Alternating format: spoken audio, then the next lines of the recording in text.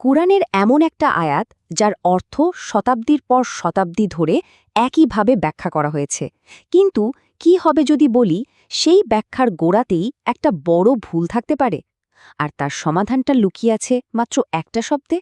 আজকে আমরা সূরা বাকারার ১৮৯ নম্বর আয়াতের এমনই এক বিপ্লবী ব্যাখ্যা নিয়ে কথা বলবো, যা শুধু একটা আয়াতের অর্থই না, বরং ধর্মকে বোঝার পুরো দৃষ্টিভঙ্গিকেই হয়তো বদলে দিতে পারে।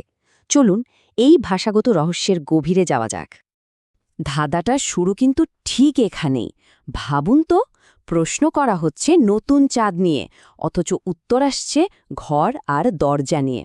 প্রথমবার পড়লে যে কারোরই মনে হতে পারে, এটা কেমন কথা হলো, চাঁদের সাথে ঘরের দরজার আবার কি সম্পর্ক? এই যে একটা অসামঞ্জস্য, এটাই কিন্তু আমাদের অনুসন্ধানের প্রথম সূত্র। এই নতুন ব্যাখ্যার লেখক বিষয়টাকে খুব সহজ একটা উপমা দিয়ে বুঝিয়েছেন। ব্যাপারটা ঠিক এরকম, যেন কেউ জানতে চাইল গম সম্পর্কে, আর তাকে উত্তর দেয়া হলো ছোলা নিয়ে। শুনতে যতই অদ্ভুত লাগুক, প্রচলিত ব্যাখ্যাটা কিন্তু ঠিক এমনই একটা যৌক্তিক ফাঁক রেখে দেয়, আর তখনই মনে হয় এখানে নিশ্চয়ই অন্য কোনো গভীর অর্থ লুকিয়ে আছে। এই যে প্রচলিত অনুবাদটা, এখানে শুরুটা হচ্ছে নতুন চাঁদসমূহ নিয়ে একটা প্রশ্ন দিয়ে, কিন্তু তারপরই হঠাৎ করে প্রসঙ্গটা ঘুরে যাচ্ছে ঘরে তাদের দরজা দিয়ে প্রবেশ করো এই দিকে। ঠিক এই জায়গাটায় এসেই ব্যাখ্যাকাররা বছরের পর বছর ধরে নানা রকম ঐতিহাসিক প্রেক্ষাপট খুঁজে এর একটা অর্থ বের করার চেষ্টা করেছেন। কিন্তু এই নতুন ব্যাখ্যা বলছে এত দূরে যাওয়ার কোনো দরকারই নেই, সমাধানটা আয়াতের নিজের মধ্যেই লুকানো। তো এবার আসা যাক মূল রহস্য ভেদের দিকে। লেখকের প্রথম এবং সবচেয়ে যুগান্তকারী সূত্রটা হলো এটাই, পুরো ধাঁধার সমাধানটা আসলে লুকিয়ে আছে মাত্র একটা আরবি শব্দের নতুন একটা সংজ্ঞায়। এই একটা শব্দই সব জট খুলে দেবে। চলুন দেখা যাক কিভাবে। শব্দটা হলো আহিল্লা। শত শত বছর ধরে এর একটাই অর্থ করা হয়েছে, নতুন চাঁদসমূহ, মানে অর্ধচন্দ্র। প্রায় সব অনুবাদেই এটাই লেখা থাকে, আর ঠিক এই অর্থটা ধরেই কিন্তু আমরা ওই গম আর ছোলার ধাঁধার মধ্যে আটকেছিলাম। আর এখানেই আসছে সেই চমকে দেওয়ার মতো ভাবনাটা। লেখক বলছেন, আহিল্লা মানে নতুন চাঁদ নয়, এর আসল মানে হল প্যারেন্থেসিস বা বন্ধনী। একবার বন্ধনীর চিহ্নের দিকে খেয়াল করলে দেখা যায় ওটা দেখতেও কিন্তু দুটো অর্ধচন্দ্রের মতো, তাই না? লেখকের যুক্তি হল, আরবরা চাঁদের দিকে তাকিয়ে প্রশ্নটা করেনি, তারা করেছিল লেখার এই বন্ধনী চিহ্ন দেখে, এর আকৃতির মিলের কারণে। আমরা তো জানি বন্ধনী বা প্যারেন্থেসিস ব্যবহার করা হয় কোনো বাক্যের মধ্যে বাড়তি কোনো তথ্য বা ব্যাখ্যা যোগ করার জন্য। লেখক বলছেন কোরআনের বর্ণনাতেও ঠিক এই একই কৌশল ব্যবহার করা হয়েছে। অনেক আয়াতের মধ্যেই এমন ব্যাখ্যাত্মক অংশ রয়েছে যা মূল ভাবটাকে আরও পরিষ্কার করে তোলে। ভাবা যায় মাত্র একটা শব্দের অর্থ পরিবর্তনে পুরো প্রেক্ষাপটটাই কেমন পাল্টে গেল। তার মানে প্রশ্নটা চাঁদ নিয়ে ছিলই না, ছিল কোরআনের লিখন শৈলী নিয়ে। মানুষ আসলে জানতে চাইছিল আল্লাহ কেন তার বাণীতে এভাবে বন্ধনী বা অতিরিক্ত ব্যাখ্যা ব্যবহার করেন, যেখানে মূল বাক্যটা তো নিজেই সম্পূর্ণ। বেশ, তাহলে প্রশ্নের অর্থটা তো বোঝা গেল, কিন্তু উত্তরের ওই ঘর আর দরজার কি হবে? সেগুলোর সাথে বা লিখন শৈলীর কি সম্পর্ক থাকতে পারে?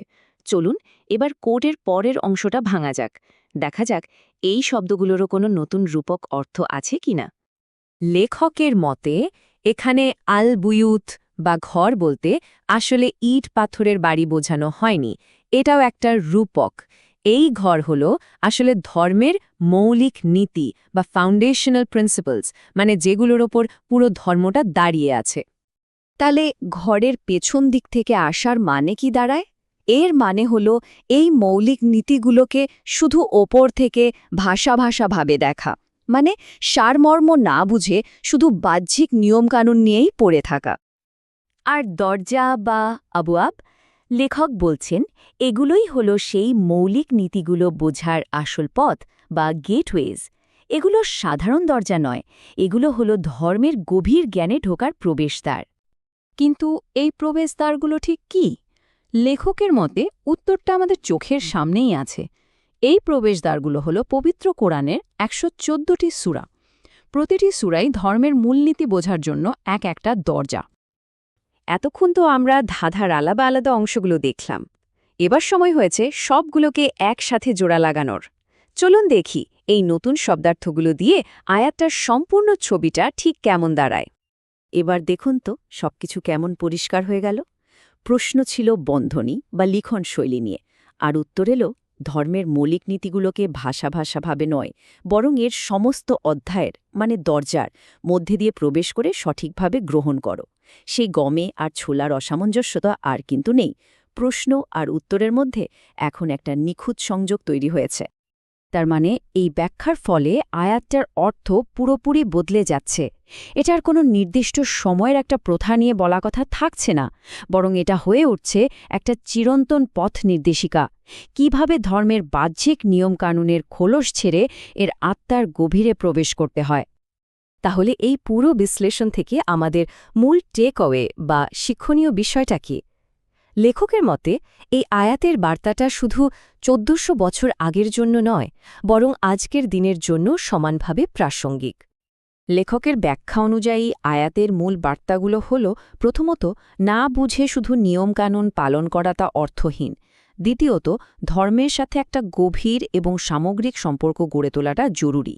আর সবশেষে, বাহ্যিক চাকচিক্যের চেয়ে ভেতরের আত্মিক উপলব্ধিটাই আসল।